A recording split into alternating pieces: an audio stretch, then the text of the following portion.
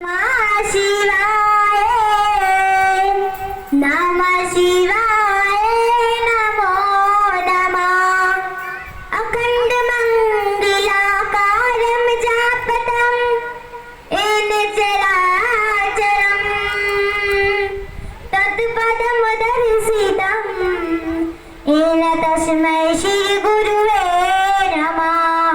गुरुर्ब्रह्मा गुरुर्विष्णु गुरुर्देवो महेश्वरा गुरुर साक्षात् परब्रह्मा तस्मै श्री गुरुवे नमः। आदि गुरु जगत गुरु देवों के देव महादेव गुरु के चरणों में कोटि कोटि बार प्रणाम करती हूँ। मैया भवानी के चरणों में कोटि कोटि बार प्रणाम करती हूँ। जिस धरती पे बैठी हुई रहती हूँ उस धरती माता के चरणों में कोटि कोटि बार प्रणाम करती हूँ। लीलम दीदी हरेंद्र भैया के चरणों में कोटि कोटि बार प्रणाम करती हूँ। जितने भी यहाँ पे शिव गुरु के शिष्य हैं उनको भी मैं कोटि कोटि बार प्रणाम करती हूँ। अपने माता पिता के चरणों में कोटि कोटि बार प्रणाम करती हूँ। अभी मैंने बोला कोटि कोटि बार प्रणाम करती हूँ। कोटि कोटि का मतलब क्या हुआ? कोटि कोटि का मतलब ये हुआ कि हम एक बार कोटि कोटि बार बोलते हैं तो करोड़ों करोड़ों बार हमारा प्रणाम हो जाता है। तो देखिए हम तो 10-15 मिनट कर पाते हैं, जितना भी प्रणाम कर लेते हैं, पर कोई करोड़ों करोड़ों बार तो कर नहीं पाता है। इसीलिए हमारे अगर हम कुछ किसी को भी भगवान को मानते हैं तो अगर हम उनका नाम ले रहे हो तो वहाँ पे कोटि कोटि लगा देंगे तो करोड़ों करोड़ों बार प्रणाम एक बार में हो जाएगा।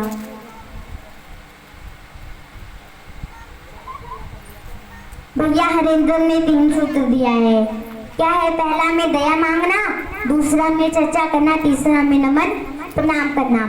दया कैसे मांगना है? हे शिव आप मेरे गुरु हो। देखिए ये असलियत भी और गुरु है भी हमारे। हे शिव आप मेरे गुरु हो, मैं आपकी शिष्या हूँ, मुझ शिष्या पे दया कीजिए गुरु, दया कीजिए। आप नहीं करेंगे तो कौन करेगा? आपके बिन इस दुनिया में हमारा कोई नहीं है। गुरु दया करो, गुरु दया करो। देखिए बेटा बेटी कोई हमारे साथ नहीं जाता है, बस हमारे गुरु हमारे साथ जाते हैं और गुरु हमारे ही एक साथ हैं। ऐसे दया मांगना है और दया मांगते हैं तो हम दया भी करना जरूरी होता है।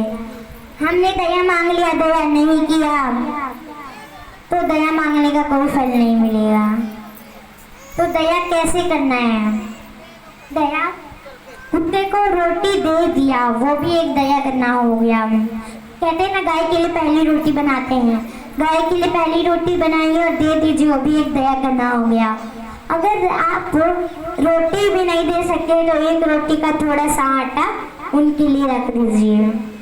हम हर चीज से दया कर सकते हैं, पैसों से कर सकते हैं, खाना से कर सकते हैं, पानी से कर सकते हैं, कपड़े से कर सकते हैं, अपने शरीर से भी दया कर सकते हैं।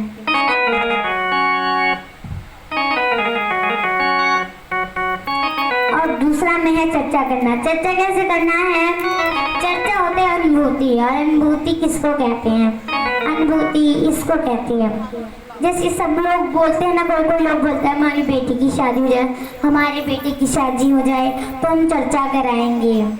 मतलब हर लोगों का कोई मन्नत होता है ना, तो जो पूरा हो जाता है तो शिव चर्चा कराते ना, उसी को चर्चा कहते हैं, उसी को अनुभूति कहते हैं।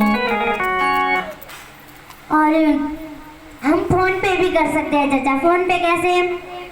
किसी का फोन आए और वो बोले क्या हाल है बहन, तो आपको बोले हम शिव गुरु के दया से ठीक है बहन, आप अपना बताओ। तो अगर वो भी शिव गुरु के शिष्य होंगे तो वो भी बोलेंगे हम भी शिव गुरु के दया से ठीक हैं। तो ये नहीं है कि जो शिव गुरु के शिष्य बने वही बोल सकते हैं, ये सबके लिए है, ये सब बोल सकते हैं। और हमने बोला कि शिव गुरु की दया से हम ठीक है तो दूसरे भी बोले तो हमें 2 पुण्य मिलेंगे। जैसे देखिए हमने भी बोल लिया और हमारे माध्यम किसी और ने भी बोला, तो ऐसे चर्चा करना है। और अगर कोई ना भी हो तो हम अपने गुरु को भी अपना चर्चा सुना सकते हैं। अगर आप कहीं जा रहे हो तो फालतू की बातें मत करो। फालतू की बातें करना है नहीं, हमें अपनी गुरु की बातें करना है। देखिए कहते ना कि हम चर्चा कैसे बताएंगे एक दूसरे को, टाइम नहीं मिलता है तो हम कभी घूमने जाते हैं, तुम इधर उधर की बातें क्यों कर रहे हैं। हम अपनी गुरु की बातें बताएं इनको। चर्चा में क्या करना होता है, चर्चा में ना एक दूसरे को जोड़ना होता है। वो कैसे जोड़ना होता है, हमने शिव गुरु को उनको बोलना है कि हमने शिव को अपना गुरु बनाया था तो हम पे शिव जी ने बहुत ही दया की है। बहन आप भी बना के देखिए, आप पे भी भगवान जी हमारे दया बरसा सकते हैं। तो चर्चा में एक दूसरे को ऐसे करके जोड़ना है। अगर आपकी अनुभूति सुन के, आपकी चर्चा सुन के अगर उनके मन में भी भाव जगे तो वो भी शिव गुरु के शिष्य बन सकते हैं। तीसरा में है नमन प्रणाम करना। तो 108 बार जिनके पास माला होती तो 108 बार करते हैं। अगर जिनके पास ना भी, जितना भी आपको टाइम मिले ऐसे करके नमः शिवाय नमः शिवाय नमः शिवाय करते रहिए। तो नहीं भी टाइम मिले तो हम अपना गुरु का ध्यान मतलब करते रहे, नमः शिवाय करते रहे और काम करते रहे। और देखिए कोई लोग है ना, कहीं भी चर्चा होता है तो चर्चा में जाते हैं तो अगर कहीं उधर से उनके पति आ जाते हैं तो बोलते हैं कि थोड़ा खाना दे दो, तो वो कोई ऐसे बोलती हैं कि जाइए हम आपने आप खाना लेके खा लीजिए, हम जा रहे हैं चर्चा में। तो ऐसा नहीं करना है बहन। अगर आप घर पे हो तो अगर चर्चा में जा रहे हो, अगर आपके पति आ गए, चाहे कोई रिश्तेदार आ गए, बच्चे आ गए, तो हमें अगर वो कुछ बोले कि हमें खाना दे दो चाहे पानी दे दो, तो हमें खाना उनको दे देना है और पानी भी दे देना है। पर देखिए घर ही पे रहना है, टाइम नहीं मिले तो कहीं भी चर्चा हो तो चर्चा ध्यान अपना चर्चा पे रखिए, काम हाथों से कर लीजिए, इससे हमारा चर्चा भी हो जाएगा और हमारा जो घर का काम हो गया वो भी हो जाएगा। इतने कह के मैं अपने चर्चा को शिव गुरु के चरणों में समाप्त करती हूँ।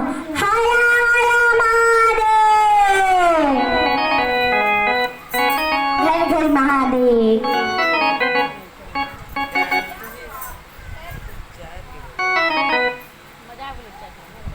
हेलो। आदि गुरु जगत गुरु देवों के देव महादेव गुरु के चरणों में कोटि कोटि बार प्रणाम करती हूँ। मैया भवानी के चरणों में सर झुकाकर कोटि कोटि बार प्रणाम करती हूँ। जिस धरती में बैठी हूँ रहती हूँ, धरती माता के चरणों में मैं कोटि कोटि बार प्रणाम करती हूँ।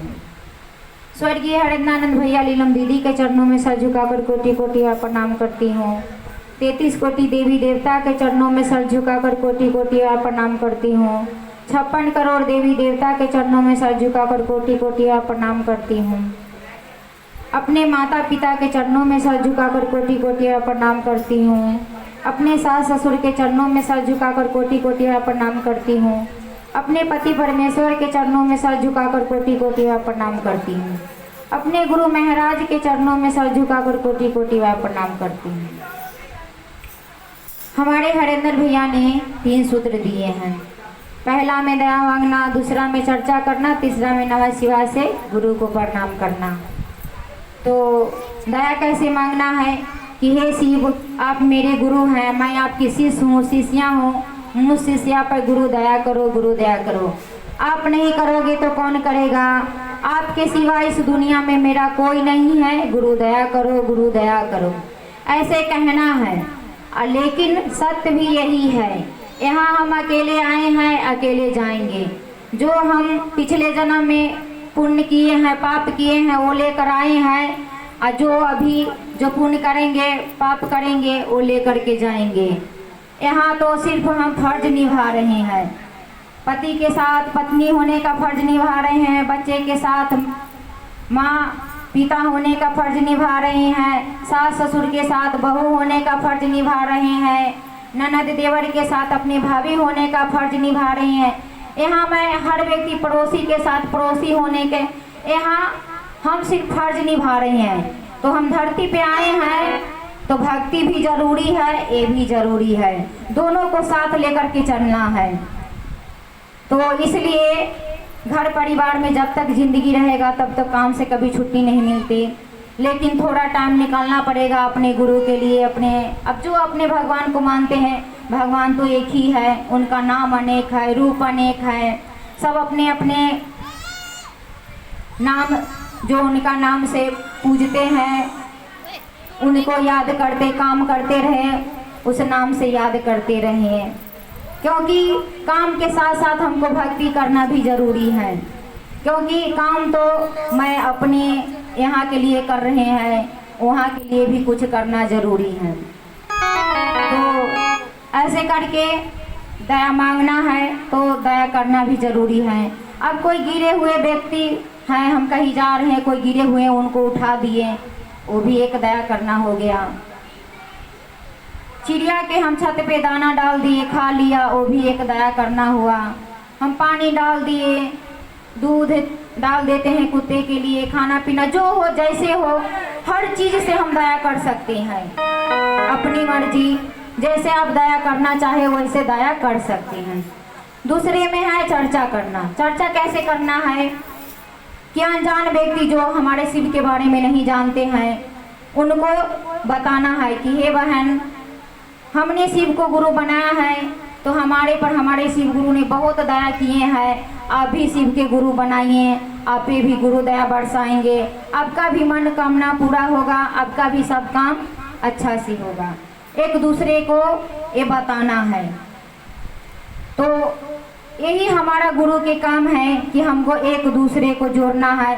जैसे आपने अपना अनुभूति बताएं दूसरे बहन को, उनका भी मन में भाव होगा कि वो गुरु बहन शिव के बारे में बताए हैं, शिव कितना दयालु है, मैं भी उनका गुरु बनाएंगे, मैं भी शिव शिष्य बनेंगे।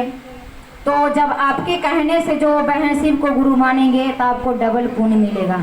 एक आप बोले, उनके नाम लिए, दूसरा आपके मार्फत उनके जुड़े। तो ऐसे जोड़ना है। आपके मार्फत किसी और के घर में हमारे शिव गुरु की पूजा हुआ तो डबल पुण्य मिलेगा। ऐसे पुण्य कमाना है, पैसों से, पानी से, खाना से, कपड़े से, हर चीज़ से हम दया कर सकते हैं, पुण्य कमा सकते हैं। क्योंकि बहन, हम जो चर्चा कराते हैं, जो प्रसाद चढ़ाते हैं, एक दूसरे को जो हम प्रसाद बांटते हैं, यही हमारा एक पुण्य के काम है। डबल होता है, एक दूसरे से रिश्ता भी बनता है, और ये सब हम करके जो हम भगवान के नाम पर खर्चे कर सकते हैं, वो हमारे दान में लिखा जाता है। अपने लिए दिन भर रात भर जितना काम कर लीजिए, वो आपका पुण्य के खाते में नहीं लिखाएगा। जो आप भगवान के नाम पर खर्चा किए हैं, टाइम बर्बाद किए हैं, वही आपके पुण्य के खाते में लिखाएगा। तो ऐसे चर्चा करना है, एक दूसरे को बताना है। तीसरे में नमः शिवाय, नमः शिवाय से अपने गुरु को प्रणाम करना है। और माला से करते हैं, लेकिन जिनके पास ना माला हो वो ध्यान करे ऐसे, नमः शिवाय, नमः शिवाय, नमः शिवाय, नमः शिवाय। दिन में एक बार 5 मिनट 10 मिनट माला से करना है। नहीं माला है तो हाथ पर 10 मिनट, आधे घंटा, जितने टाइम हो करे। और जिनको नहीं टाइम मिले तो अपना मन में काम करते रहे, हाथ से मन में अपने गुरु को ध्यान करते रहें। अगर आप भजन ही गाते हैं तो काम करते रहिए, हाथ से अपना गुरु को भजन गाते रहिए।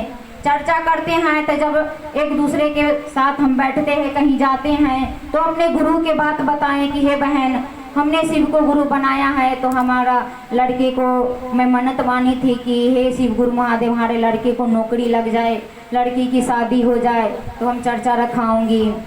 तो हमारे लड़के को नौकरी भी लगे, लड़की की शादी होगी। तो यही एक दूसरे को बताना है अपने गुरु के बारे में।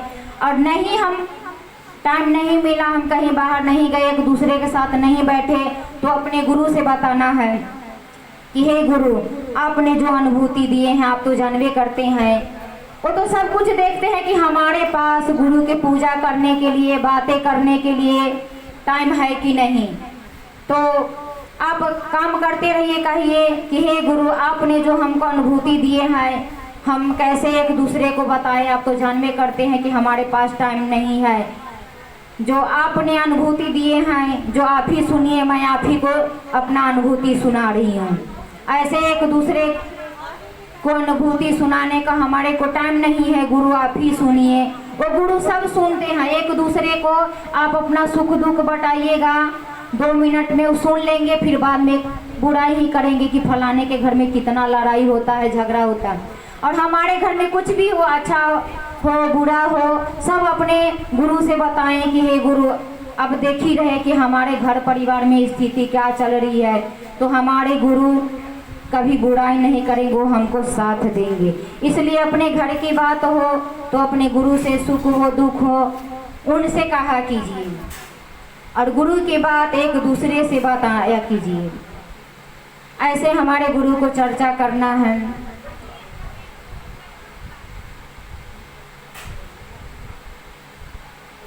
एक बार की बात है, जब कुंभ के मेला लगा था तो सब अपने कोई बच्चे के छोड़ के, कोई पति के छोड़ करके, सारे लोग तो जा नहीं सकते, कोई कोई जाते हैं सारे परिवार, तो सब छोड़ करके सब कुंभ के मेले में जा रहे थे। तो हमारे माता पार्वती ने कहे कि स्वामी देखिए आपके कितने भक्त, कितना पुण्य आत्मा है, सब अपने छोटे छोटे बच्चे के छोड़ करके कुंभ में आपके नाम के डुबकी लगाने जा रहे हैं। कोई अपना पति के छोड़ करके जा रहे हैं कुंभ में आपके नाम के डुबकी लगाने, कोई घर परिवार के सब अपना काम धाम छोड़ करके आपके नाम से डुबकी लगाने जा रहे हैं। तो हमारे भगवान भोलेनाथ ने कहे कि देवी ये जितने कुंभ के मेले में जा रहे हैं ना, ये हमारे नाम की डुबकी लगाने नहीं जाते हैं, ये कोई पुण्य आत्मा नहीं है, ये सब एक दूसरे को देखने और दिखाने जा रहे हैं। तो हमारी माता पार्वती तो जिद करने लगी, नहीं स्वामी आप गलत कह रहे हैं, सब अपने घर परिवार को छोड़ के जा रहे हैं, इतना पैसा खर्चा करके कुंभ में आपके नाम के डुबकी लगाने, आप कह रहे हैं कि ये पुण्य आत्मा नहीं है। तो हमारे भगवान भोलेनाथ ने कही कि देवी अगर यकीन आपको नहीं हो रहा है तो चले देखते हैं। तो हमारे भगवान भोलेनाथ ने एक बूढ़े व्यक्ति के रूप धारण किए, हमारे माता पार्वती ने एक बूढ़ी अम्मा के रूप धारण की, गए जहाँ कुंभ के मेले जाते हैं उस रास्ते पे गए। उस रास्ते में कुछ दिन पहले बारिश हुआ था, तो एक गड्ढे में पानी रुक गया था, तो बहुत कीचड़ था, कितनों दिन हो गया पानी में बहुत मक्खी लग रहे थे।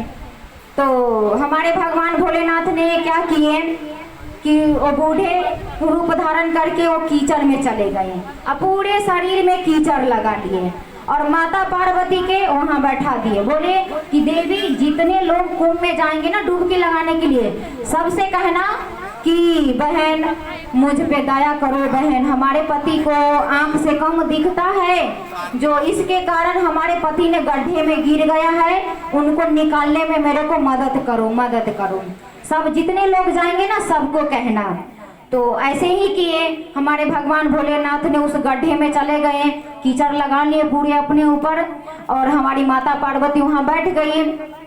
अब जितने लोग जाती, हमारी माता पार्वती जो बुढ़िया के रूप धारण की थी, बोली कि बहन मैं आपके सामने हाथ जोड़ती हूँ, हमारे पति को आंख से कम दिखता था, इसके कारण वो गड्ढे में गिर गए हैं, मेरे को मदद कीजिए, उनको निकालने में बहन मदद कीजिए।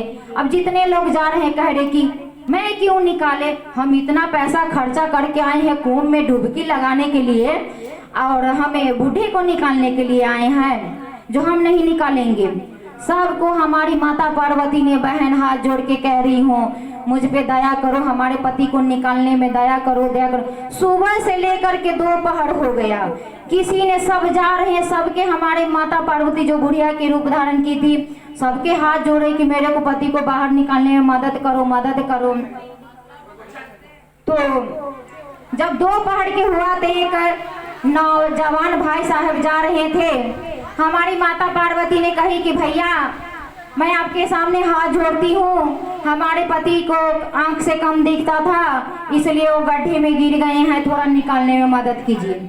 तो वो भाई साहब ने कहा ठीक है अम्मा, मैं आपके पति को निकालने में मदद करूँगी।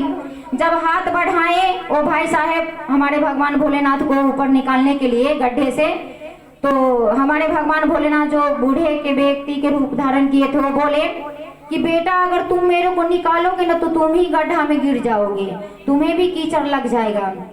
तो अब वो व्यक्ति कह रहे हैं कि जब मैं